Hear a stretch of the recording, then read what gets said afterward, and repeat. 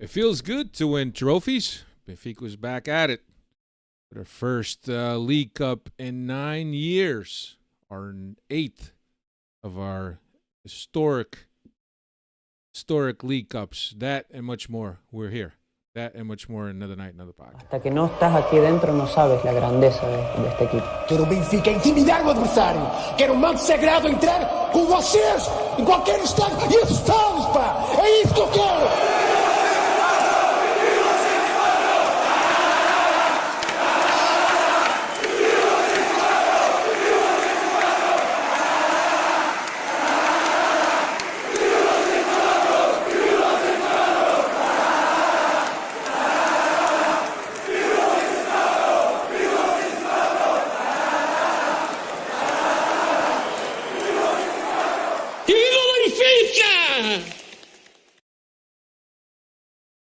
What's going on, everybody? Welcome to another edition of the Talking to the All Benfica podcast. My name is Alfredo Famalicao. With me, as always, Dave de Oliveira. What's happening, Dave?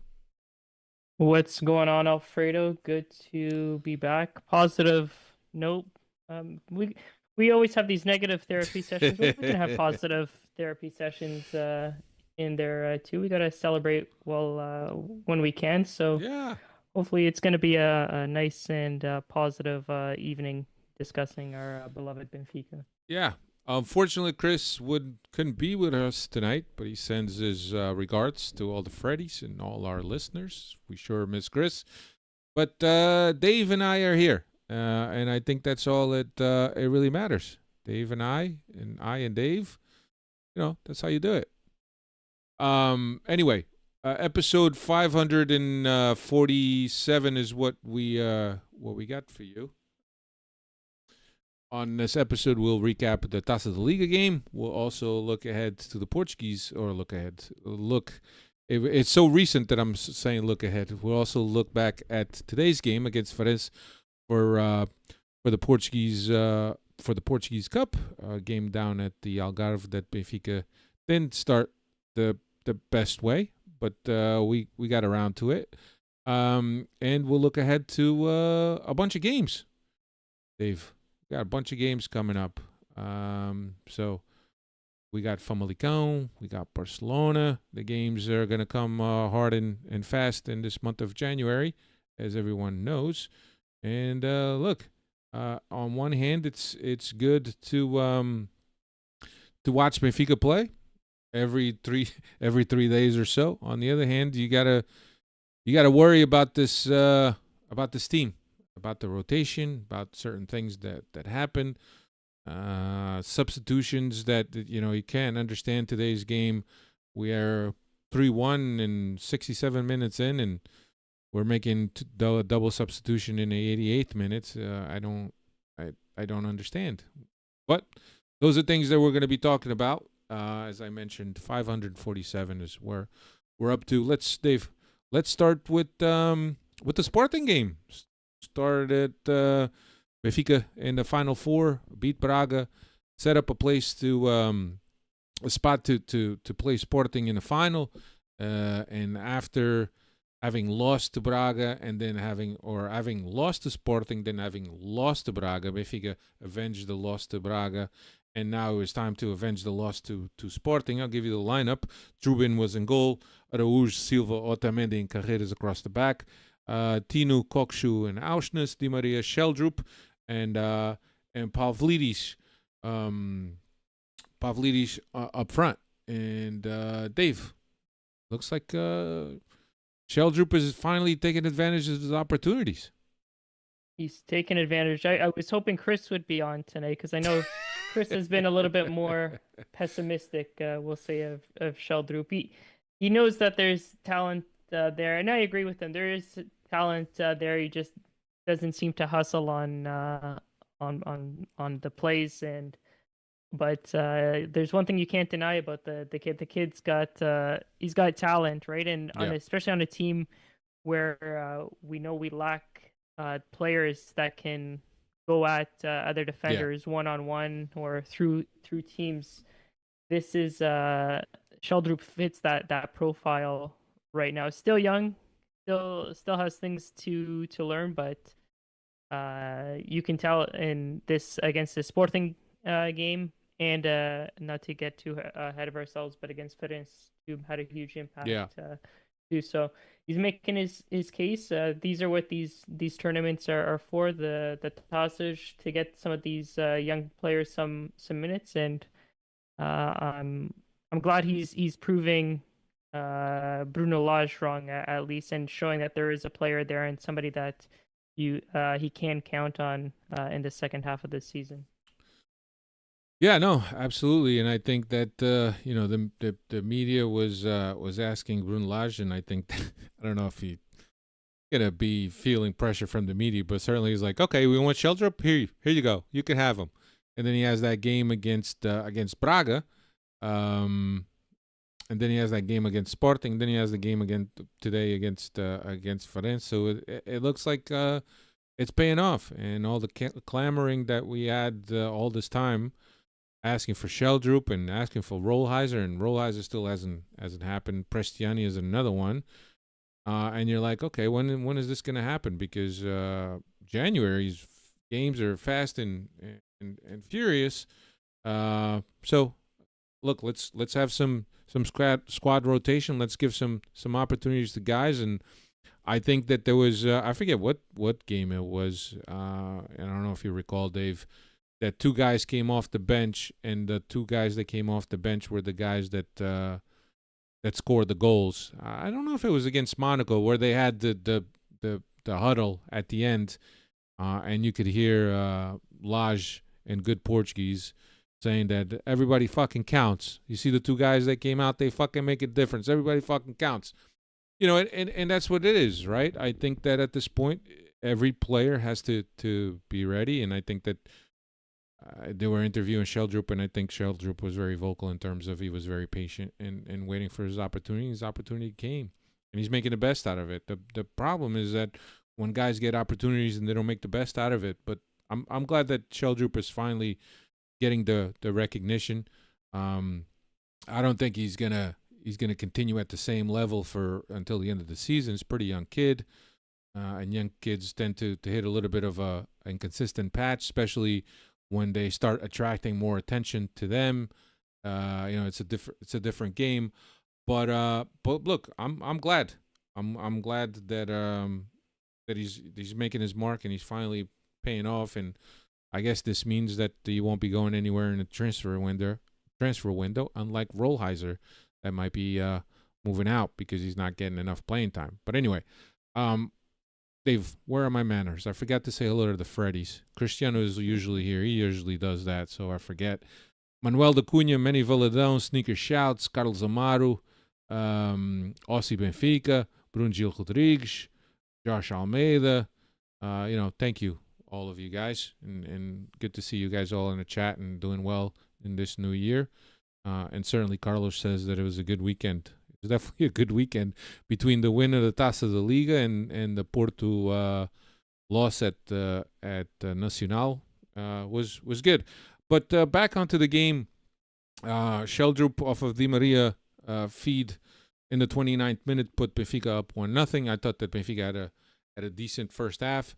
I think that the penalty is a penalty on Tino, and Sporting got the equalizer. There was a couple more opportunities that Sporting had, and I thought that if the game had gone 1-up, Benfica into the locker room, I would have been upset, or I wouldn't have been upset. But the fact that it went 1-1, I thought it was fair because Sporting had their own opportunities also. But I thought that Dave, and I don't know if you noticed this, but there's clearly a change from the Benfica that played Sporting and the Benfica that played Braga versus the second matches. And I don't know if you're seeing anything in terms of attitude, in terms of how the team is getting set up. What do you think the biggest difference is between the two Benficas that have played now, Braga and Sporting, with different results? I think it's starting the match on time, right? This Benfica pressed high and came out with full intensity to start this match and bring it to Sporting compared to 2 or 3 weeks ago already, where Sporting came on top of Benfica and just man walked us that first half at the Avalad, right? So coming to work on time and starting at the first minute, not the second half, like we've seen in the league plays against Sporting and Braga, Yeah. and then the Taça. This is just a team that is bringing that strong mentality and strong pressure right from the get go is what I've noticed. It, and then I do agree though in that the second half of the first half, Sporting did get their opportunities and it ended up equalizing. But I like the intensity that Benfica brought to start the finals against Sporting here. Yeah, and I think that has been, as you mentioned, Dave, come to work on time. I think that's huge, right? Because you start the game on a very high rotation, and look, let's see what happens those first 15, 20 minutes. High rotation, and you never know. You catch the other team sleeping, and you're up, or you could change the momentum, or you could even quiet crowds down in terms of, or you could even, rattle the other team a little bit because of the intensity that you have put forth. But yeah, I agree with you. It's those first halves that we usually gift that can't happen. And I think that the approach that we had on both the second game against Prague and the second game against Sporting were completely different. In terms of tactical approach, we're seeing now Koksu a lot deeper in the midfield. As a matter of fact, he's dropping in between the two center backs because he's the guy that's building out of the back. Because obviously neither Auschness nor Tino, especially Tino, doesn't have the feet to start out of the back. Auschness, the way he's being deployed a little bit higher up the field, and both him and Tino are doing a lot of the pressing and covering a lot of ground in that midfield. They need Koksu, even though I'm thinking that Koksu, playing that deep is not his best position.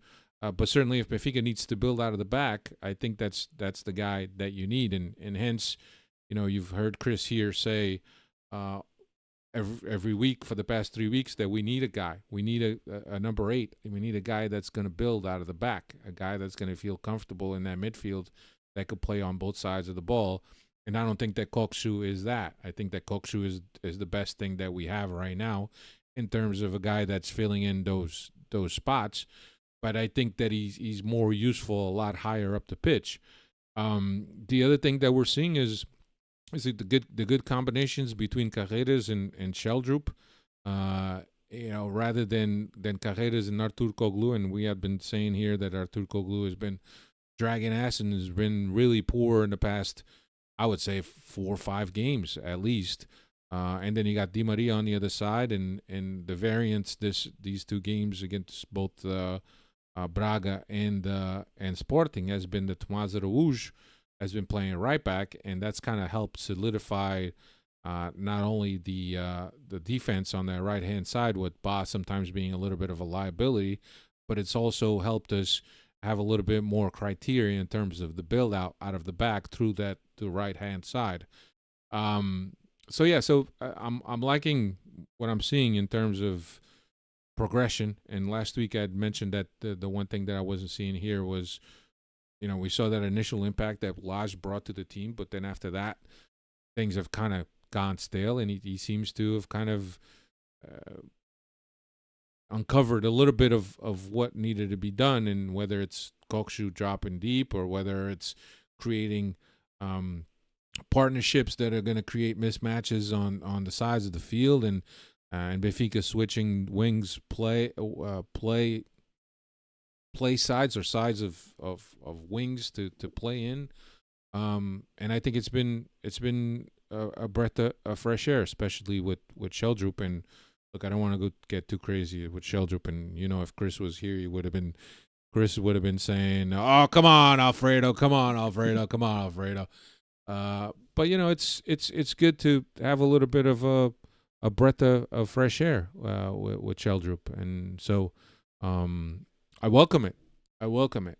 But yeah, so into the second half, Laj brought in Artur Koglu for Sheldrup in a move that a lot of people just scratched their heads and were wondering what happened there, because Sheldrup had clearly been one of the better players of the first half for Benfica against Sporting.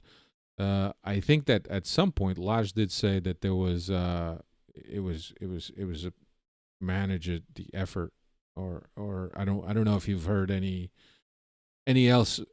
else, Dave. And there was a lot of people questioning if it was a technical decision or if it was a decision based on the stamina of Sheldrup. Obviously, he's a kid that hasn't played a lot of 90-minute games or even a lot of 45 minutes. So playing against Braga on Wednesday, I think it was, and then playing against Sporting on Wednesday certainly could have put an impact on his stamina. I don't know, but I think that Laj did justify that. Dave, did you hear anything else? I didn't hear anything else, but I agree with you, Alfredo. I don't understand why that's made right at the halftime move. You maybe want to give him up to the 60-minute mark, see how he's doing after the halftime break. See if he gets a little bit of more energy there, but and it's not like Artoglu provided any spark coming off the bench too. Like, we've sat here and said that he needs a break, but he still continues to get minutes in these games. I think you got to shut him down for a week, wrap him up in some bubble bath, put him in a sauna, whatever, hyperbolic chamber, get him up to 100%, and then run him out there. But yeah, your first sub, taking off Sheldrup at halftime, I did not agree with that. And I really felt that didn't really feel like Benfica provided anything going forward in that second half. Yeah. If anything, I felt like it was more Sporting controlling the game and having more of the opportunities in the second half.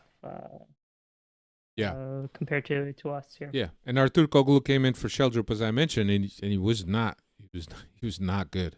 He hasn't been playing well, and I think that Laj needs to manage that situation a lot better than what he's been doing. Just some guys just need a little bit of a breather, a little bit of refresh, a little bit of just head clearing, come back and have that drive and that motivation to go at it again. Some guys just burn out, and I think that was the case with Artur Koglu.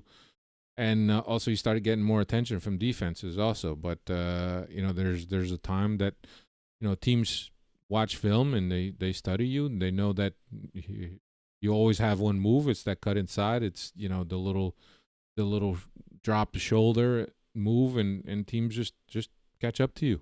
And then when things are not coming out, you just tend to lose a little bit of confidence, and then you try to force things, and then all of a sudden you're in a hole. You're in a hole where you can't make anything happen. Well, you were the man the first few weeks of the season. 73rd minute, Bach came in for Araújo. Barreiro came in for Auschwitz. Then in the 80th minute, Amdouni for Pavlidis. 83rd minute, Sanchez for Koksu. And look, I think that and I really enjoyed the game in terms of, not only as a Benfica fan, but also I think if you're neutral and watching this game, was a well-played game. It wasn't a game that had a lot of fouls, a lot of stoppage in play. It was a game that had its back and forth.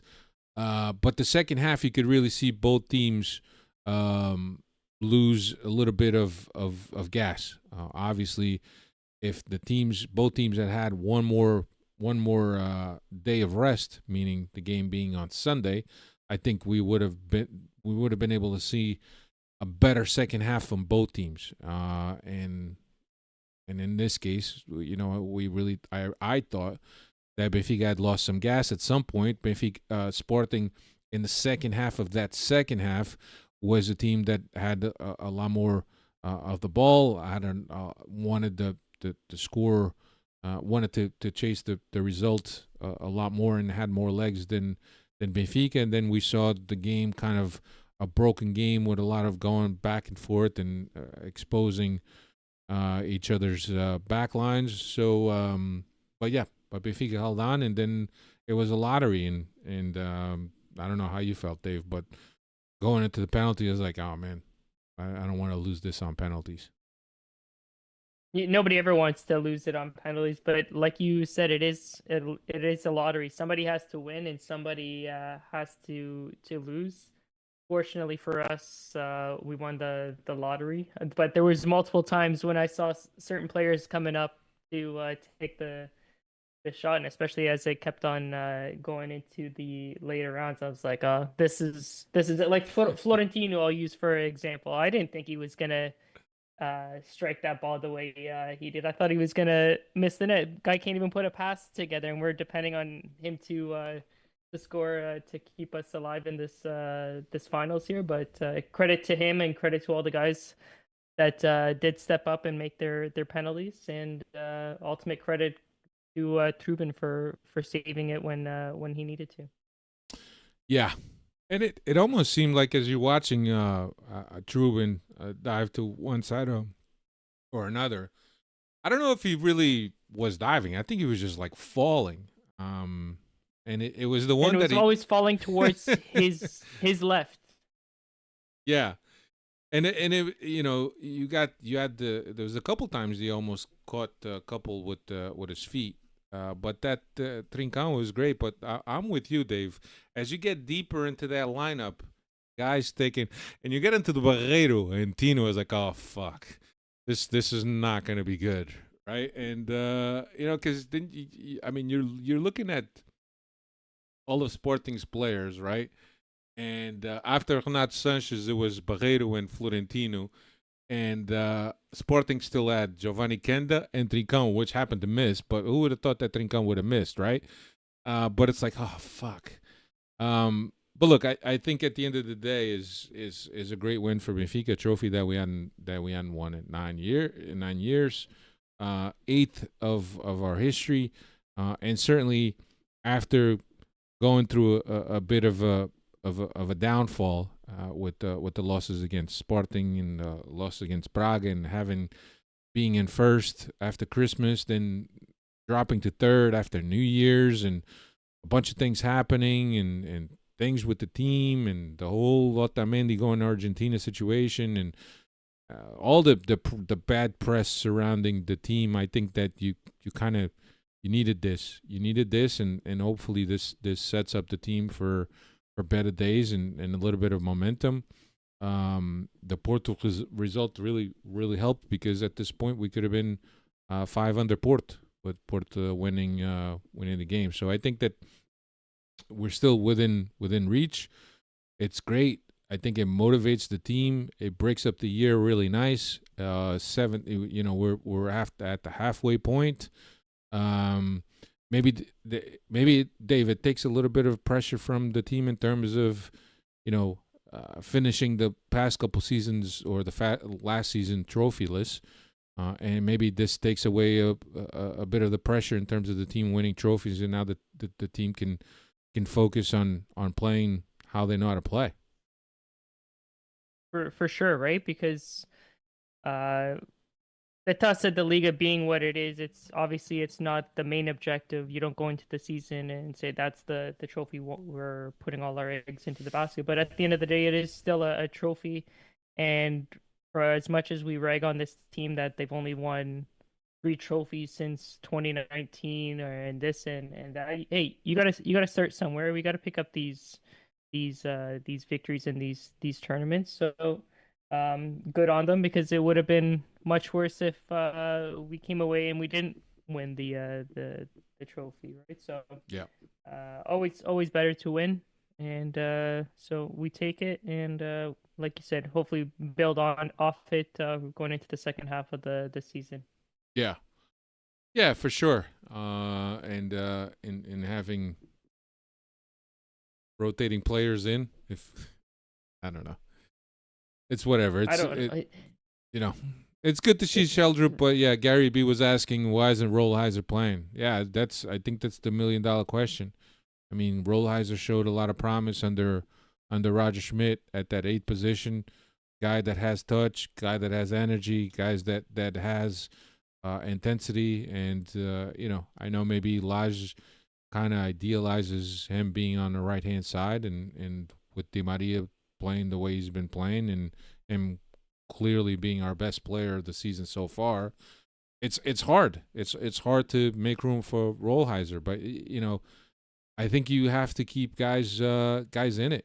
And Schmidt saw him at 8 and tried him at 8, and we saw decent things at 8. Maybe Laj doesn't see him in the same way.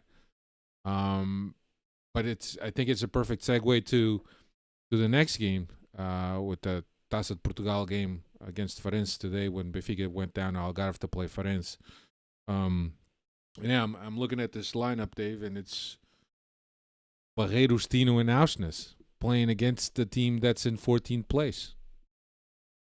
I mean, where's the creativity in that midfield? It's clearly just guys that run a whole lot but don't create a whole lot. But I'll give you the rest of the lineup, and then we'll talk a little bit about it. Best wasn't. There's been rumors that Best is on his way back to Germany. Best wasn't even on the bench. Samu was in goal. Ba made his return to the right-hand side. Silva, Otamendi, the pairing in the back, and Carreras on the left. In the midfield, that defensive, ultra-defensive trio, Barreiros, Tina, and Auschness. On the wings, Di Maria and Sheldrup, and then Cabral getting some minutes in the Taça de Portugal. But yeah, I think the first half, despite having most of the possession, it was really meaningless possession the first half against Farense. I mean, like I said, you're playing against a team that's 14th place, and you're playing with 3 guys that are ultra defensive in the middle. And I think that was one of our biggest gripes with Roger Schmidt, is that he loved that Barreiros Tino combination early in the season. And it's like, we can't figure this out. I mean, I can understand if you're playing against a powerhouse and you need to kind of shore up and you need to cover a lot of ground in that midfield. But you're playing against a team that's 14th in the league. You know what? Yeah, there's I didn't like seeing that when that lineup came out. It's almost like park the bus kind of style, which again against the Farense in this stage of the tournament, why not use some of these guys like a Rolheiser to get some minutes under him. Yeah, and look, like Red Baron's saying, rest Koksu, and I'm all for it, right? But instead of Barreiros, or instead of Tino, right? Why don't you put Amdouni behind Cabral? That's been an option before. Why not? I just sometimes it's hard to figure it out what's going on in Laj's head, and not that he makes the decisions like Schmidt, where he kind of left you scratching your head and wondering what was the logic behind it.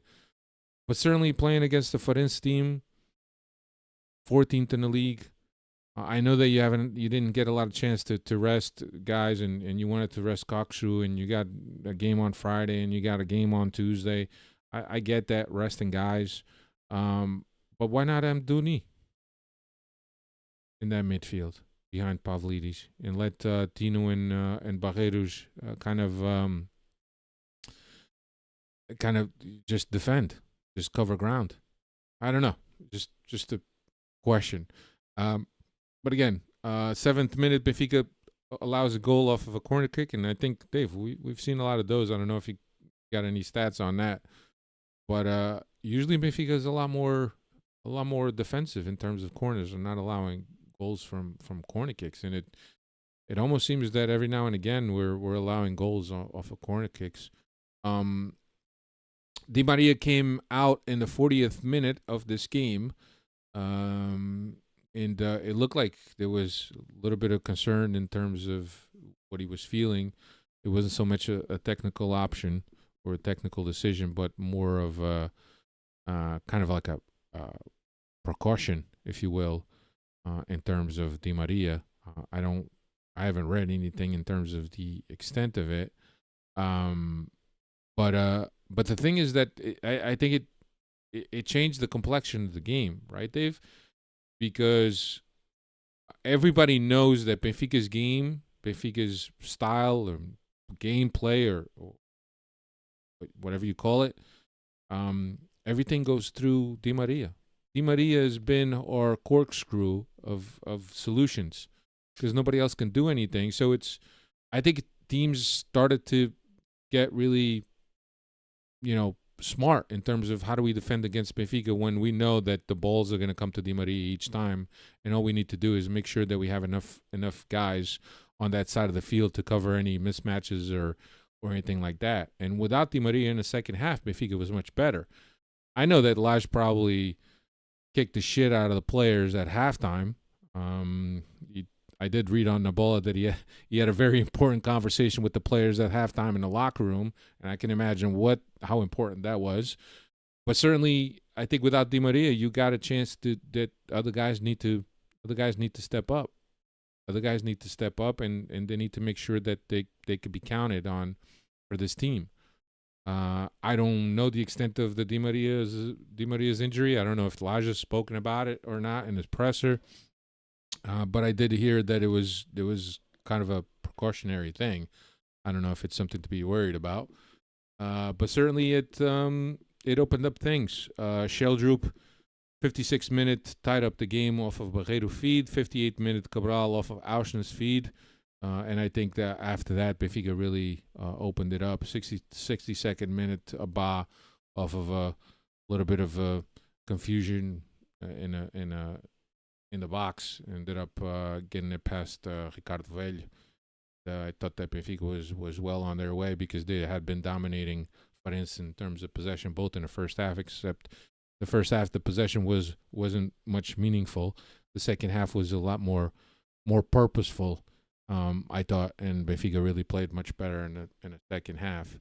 3-1 up in the 62nd minute, and maybe time to make some substitutions to give some guys some rest because you got Famalicao on Friday, and you got a very important game against Barcelona at Stade de Luge on Tuesday. And he makes his second and third substitution in the 74th minute when he brought in Pavlidis for Cabral, and then he brought in Artukoglu for Sheldrup, and then in the 88th minute, Rolheiser for Auschnitz and Bajrami for Carreras, the young center back. And that was it. And I think that Benfica did well to come back. And it would have been, after the victory against Sporting, it would have been extremely deflating to have gone out of the Portuguese Cup, a trophy that Benfica hasn't won in quite some time. Well, they haven't won much of this trophy in the past 30 years. So it's just, I don't know. It's good to see the team go forward. I think we set up a matchup now with I forget who, Dave, but you could probably tell me. Yes. But yeah, it was another good win, and you have to give continuity to the things that you're doing, especially in January where the games are going to come fast and furious, and you're not going to have much time to rest. And I know that it's easy that you could sit here and why isn't Lage rotating, but I'm sure that he has his own questions. And he knows that certain things are probably not going to work, but shit, give it a chance. Give it a chance with Sheldrup and look what's happened. Why not give a chance to Rolheiser and let him do something? So these guys are just hungry, man. They just want to play. Well, exactly. And all things being equal, I hope this was more of a precautionary sub for Di Maria. Obviously, like you said, everything Benfica is built through Di Maria, and given the conditions of 2 days of rest, and then this game in Algarve, where from what I've read, that it was a colder night in the Algarve there, and if he was already starting to feel some muscle pains, then best to just get him off and not even risk it at that point. So I'm hoping that's all that it was, and hopefully doesn't miss any time or not too much time. But yeah, definitely a better Yeah. second half for Benfica once Amdouni winning as Yeah. well. I would even go as far as resting Di Maria against Famalicão this Friday, and have him ready to go on against Barcelona. Just have him fresher. We're talking Yeah, I about wouldn't a mind. whole week's rest, and especially when you felt a little bit of something, right? And we did see the physios tending to him at the bench. So I don't know how serious it is, but shit, take advantage playing against Famalicão. Give the guy a break. Dave, I don't know if you have any stats in terms of that. I forgot to ask you about the stats against Sporting. No worries. Yeah, I don't have stats about corners, but I'll look into that for next week there. But Benfica will now play the winner Braga Lusitano Évora on February the 6th, and that will be at the Estádio da Luz. So just another fixture to add to our compilation there. So that's at the beginning of February, the 6th. And now with these goals today, Benfica have now scored 1,500 goals in the Taça de Portugal in 472 matches, giving them an average of 3.18 goals per game there Yeah. in that tournament. Yep. I mean, this was our tournament, Dave. This is the tournament that we were almost guaranteed every year to win it, and then something happened. But all good. Anyway, shifting gears. Next up next, we got Famalicão. That happens this Friday at 3:15 local at Estádio da Luz. Dave, Famalicão. We remember Famalicão for being the team that they gave us our first loss of early in the season against Schmidt.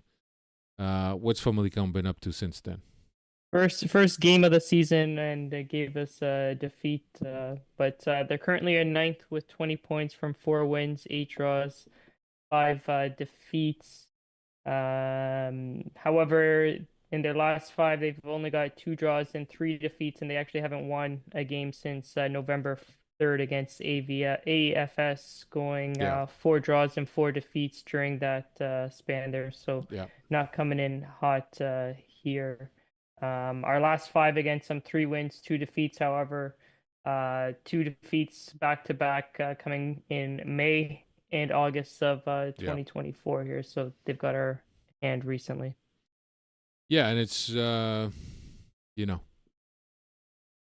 got 4 wins in the first half of the season, and one of those wins was against Benfica. So go figure it out. But yeah, that was the beginning of the end for Schmidt. At least this season.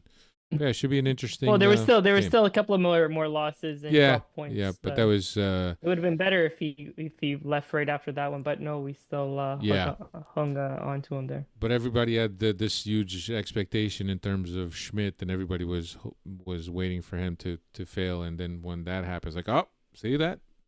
Of course, I should have made the move.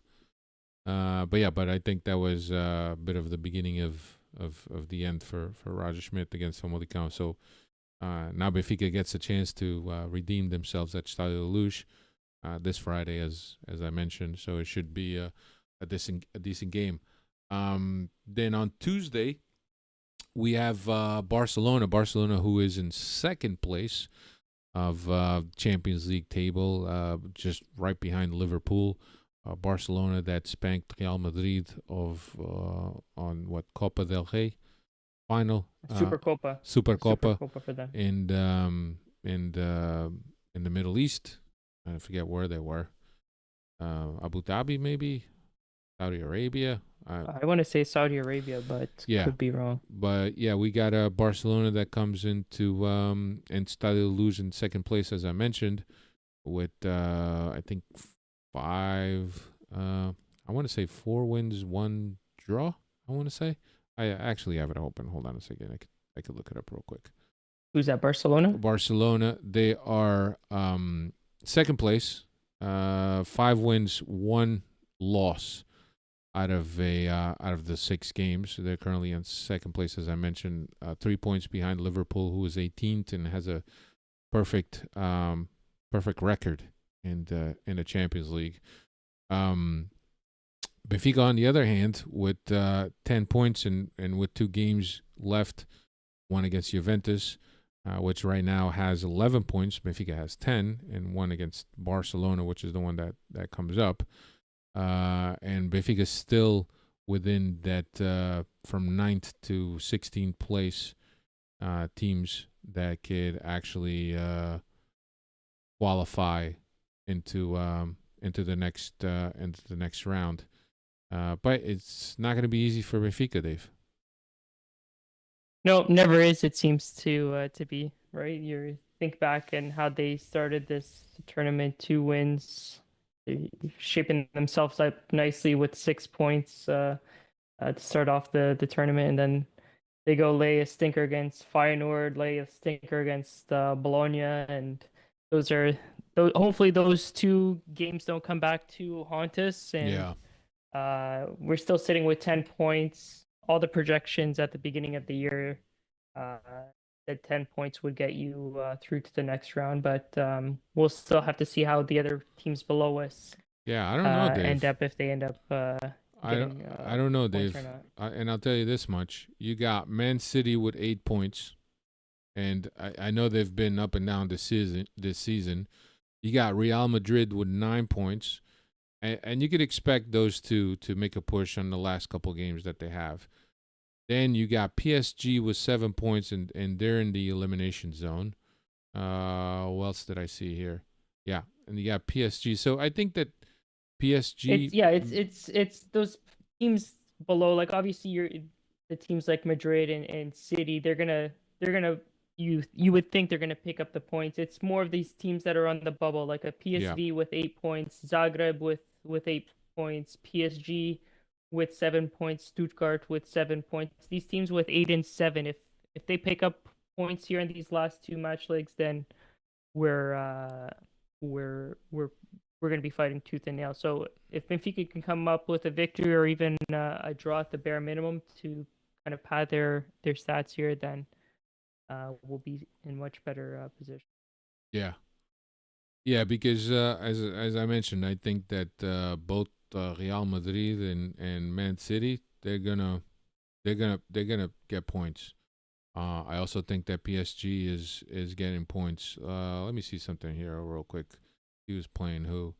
Real Madrid is playing Salzburg. PSG is playing Man City, so those might just cancel each other out. Yeah.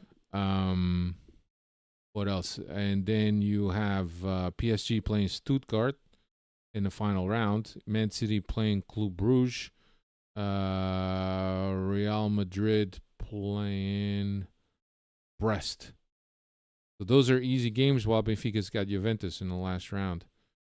But I think that after Tuesday, things are going to start taking shape, because there will only be one more fixture left, and then we'll figure out. But I think that, Dave, I'm with you, man. I hope that those 2 games against Feyenoord and Bologna don't come back to bite us in the butt. So we'll see. What else we got, Dave? Yeah, PSG plays Man City. Yep. Been a quiet transfer window so far. I haven't really been.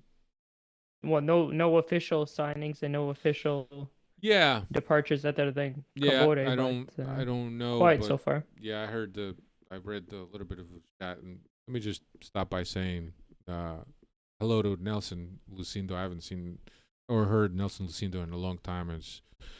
Is a longtime friend of the podcast, even before you, Dave, I think. I don't know if you remember Nelson Lucindo. Nelson Lucindo used to do our Nas Modalidades segment. I remember that. You remember that segment?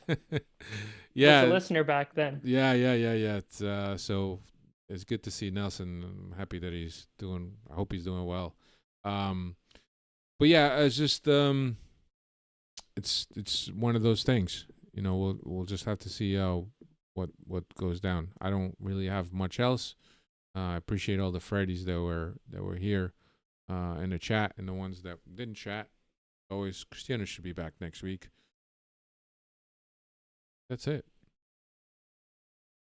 That's all I got, Dave. Next week we'll be back. We'll be back on. Let's be back on Tuesday, Dave. Right after the Barcelona game, we'll recap Famalicao and Barcelona, and we'll look ahead to whatever is up next for Benfica.